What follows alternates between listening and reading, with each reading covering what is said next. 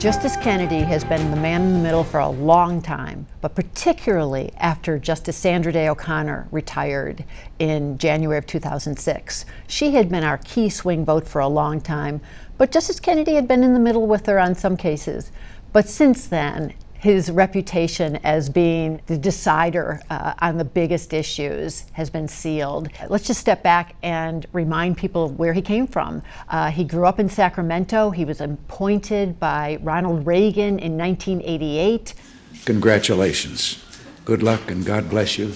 He actually got the seat that was first intended for Robert Bork, but the Robert Bork nomination went down in flames, as everyone remembered, when he was rejected by the Senate.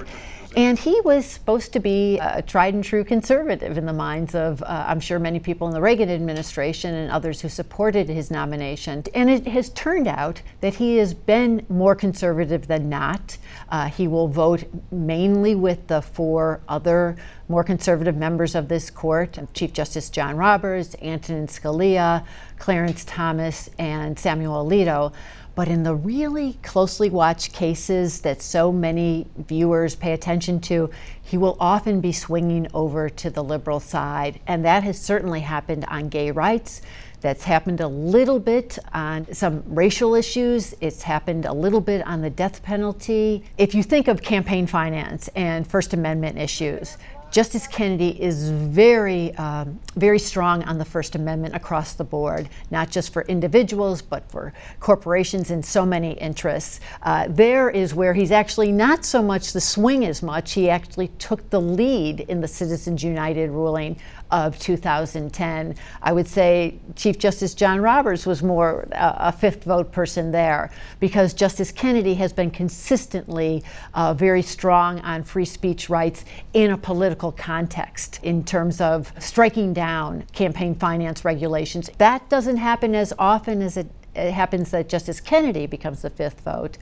The areas where you wouldn't have expected it would be more in social policy areas, the times that he has swung more to the left, for example, on the death penalty, and certainly on same-sex marriage. Justice Kennedy's voice has been heard loud and clear on gay rights issues, dating to 1996, when he wrote an opinion involving a Colorado law that said that localities couldn't pass anti-discrimination measures that covered people based on sexual orientation.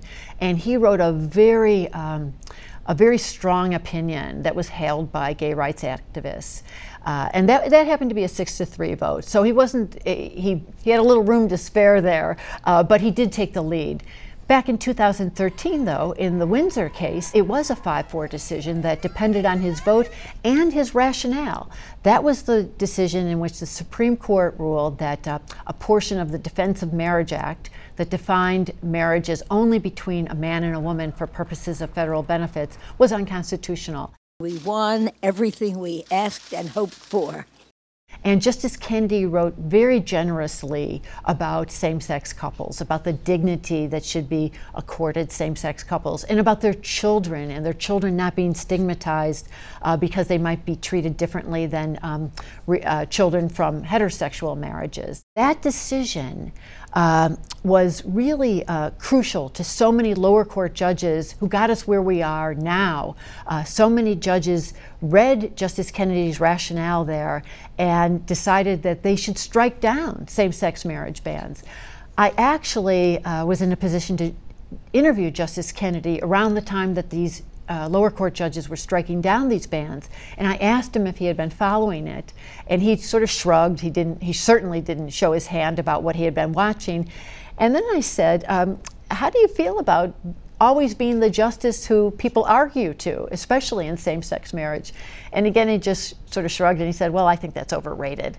Now, I think he sort of sometimes actually enjoys being in the center. That's a lot of power, a lot of influence, and I imagine right now he is the justice who's deciding whether there is a constitutional right to same-sex marriage nationwide.